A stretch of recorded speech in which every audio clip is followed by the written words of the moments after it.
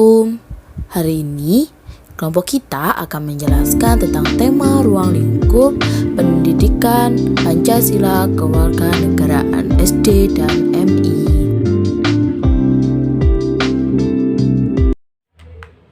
Hai, Assalamualaikum. Perkenalkan, namaku Lailatul Syafa'ah. Aku akan melanjutkan penjelasan dari teman-teman, yaitu tentang prinsip perkembangan kurikulum PKN SD dan MI. Nah, dalam kurikulum itu dikembangkan dengan prinsip-prinsip sebagai berikut ini, yaitu berpusat pada potensi, di mana peserta didik itu harus memiliki kemampuan dan untuk mengembangkan kompetensinya itu agar menjadi manusia atau menjadi peserta didik yang berilmu, berakal, beriman, bertakwa kepada Tuhan Yang Maha Esa. Nah, untuk mewujudkan suatu tujuan tersebut, yaitu dengan cara mengembangkan kompetensi peserta didik disesuaikan dengan potensi kemampuan, perkembangan, kebutuhan, dan kepentingan peserta didik, serta tuntunan lingkungan yang ada di sekitarnya. Nah, yang kedua yaitu beragam dan terpadu, di mana kurikulum itu dapat dikembangkan dengan memperhatikan keragaman karakteristik peserta didik tanpa harus membedakan agama, ras, suku, budaya, atau adat istiadat, ataupun dengan status ekonominya. Nah, yang ketiga yaitu tanggap terhadap perkembangan ilmu, pengetahuan, dan seni. Nah, kurikulum ini dikembangkan atas dasar kesadaran bahwa ilmu pengetahuan, teknologi, seni itu dikembangkan secara dinamis. Nah, oleh karena itu, dari perkembangan kurikulum ini bisa mendorong peserta didik untuk mengikuti, memanfaatkan, melaksanakan secara tepat perkembangan pengetahuan ilmu, teknologi, dan juga seni. Yang selanjutnya, relevan dengan kebutuhan kehidupan. Nah, di mana perkembangan kurikulum ini dilakukan untuk melibatkan pemangku kepentingan untuk menjamin relevansi pendidik dengan kebutuhan kehidupan, termasuk di dalam kehidupan di masyarakat ataupun di dunia kerja. Nah, oleh karena itu, perkembangan keterampilan pribadi ini sangat penting untuk prinsip peserta didik.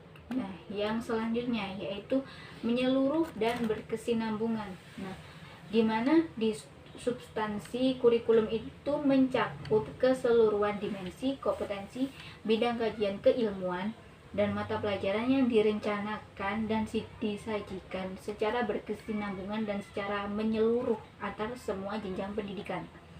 Nah, yang selanjutnya belajar sepanjang hayat, yang dimana perkembangan kurikulum itu diarahkan kepada pembudayaan dan pemberdayaan peserta didik dan pembelajaran yang berlangsung secara sepanjang hayat. Nah, kurikulum itu mencerminkan keterkaitan antara unsur-unsur pendidikan formal maupun non-formal ataupun informal dengan memperhatikan kondisi dan tuntunan lingkungan yang selalu berkembang ke arah pengembangan manusia seutuhnya. Dan yang terakhir yaitu keseimbangan antara kepentingan nasional dan kepentingan daerah. Nah, dalam melakukan perkembangan kurikulum itu sangatlah wajib untuk memperhatikan kepentingan nasional maupun kepentingan daerahnya. Hal ini dilakukan agar membangun kehidupan masyarakat berbangsa maupun bernegara. Sekian penjelasan dari saya. Terima kasih. Dalam kurikulum 2013, guru dituntut untuk bisa dengan profesional dalam merancang pembelajaran yang efektif dan bermakna, mengorganisasikan pembelajaran, memilih pendekatan pembelajaran yang tepat, menentukan prosedur pembelajaran dan pembentukan kompetensi secara efektif, serta menetapkan kriteria dalam keberhasilan. Adapun pembelajaran PPKN SD atau MI pada kurikulum 2013 dilaksanakan dengan pembelajaran tematik terpadu dengan pendekatan intradisipliner, multidisipliner, dan transdisipliner. Berdasarkan pernyataan di atas, yang dapat kita pahami adalah bahwa dalam perubahan strategi atau metode pembelajaran PPKN kurikulum 2013 terletak pada penekanan penggunaan pembelajaran tematik yang lebih spesifik, operasional, dan menyeluruh. Jadi, kurikulum sekolah penggerak adalah program Merdeka Belajar yang diluncurkan oleh Menteri Pendidikan Kebudayaan, Riset dan Teknologi Bapak Nadiem Makarim pada tanggal 1 Februari 2021. Program ini dimulai pada tahun ajaran 2021 hingga 2222 di 2.500 sekolah yang tersebar di 34 provinsi dan 111 kabupaten atau kota. Jadi, program ini tuh sudah ada sejak Februari tahun 2021. Sekolah Penggerak adalah program sekolah yang mengemudi berfokus pada pengembangan holistik hasil belajar siswa yang mencakup pada kompetensi literasi, numerasi, dan karakter. Dimulai dari sumber daya manusia yang unggul pada kepala sekolah dan guru. Jadi, kepala sekolah dan guru dianggap sebagai motor penggerak dalam menumbuhkan kompetensi dan karakter yang dapat dikembangkan.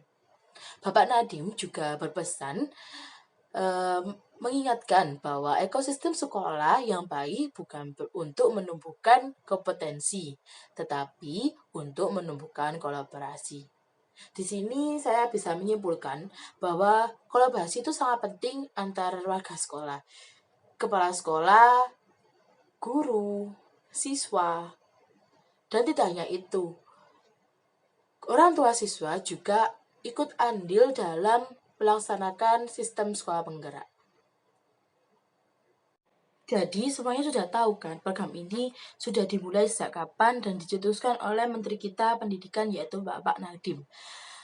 Bapak Nadiem berharap bahwa program sekolah penggerak ini dapat merubah sistem pendidikan di Indonesia menjadi lebih maju lagi dan lebih baik.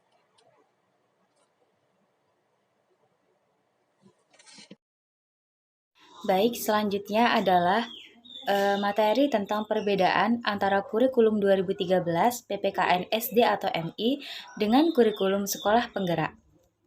Yang pertama mengenai materi, pada kurikulum 2013 PPKN SD atau MI, materi yang digunakan merujuk pada Permendikbud nomor 21 tahun 2016 yang secara garis besar materi tersebut telah disederhanakan dari materi kurikulum sebelumnya. Untuk pembelajaran PPKN SD atau MI ini pada kurikulum 2013 mengacu pada Permendikbud nomor 22 tahun 2016 di mana di sana dijelaskan bahwa beban belajar untuk mata pelajaran PPKN ini setiap jam pelajarannya dibebankan sebanyak 35 menit dan hitungan dalam satu minggunya sebanyak 2 jam. Adapun untuk kurikulum PPKN di sekolah penggerak tetap dicantumkan dalam mata pelajaran. Akan tetapi di sini sekolah penggerak memiliki tujuan tersendiri, yaitu bisa menciptakan peserta didik yang bisa mengamalkan nilai-nilai Pancasila dengan baik dan benar dalam kehidupan sehari-harinya, yaitu bisa bertakwa kepada Tuhan Yang Maha Esa, berakhlakul karimah, gotong royong, dan memiliki sikap kreatif dan kritis. Dan selanjutnya, untuk alokasi waktu jam pelajaran PPKN di sekolah penggerak ini dibebankan sebanyak 2 jam dalam 1 minggu. Selanjutnya adalah kurikulum PPKN SD atau MI di sekolah penggerak.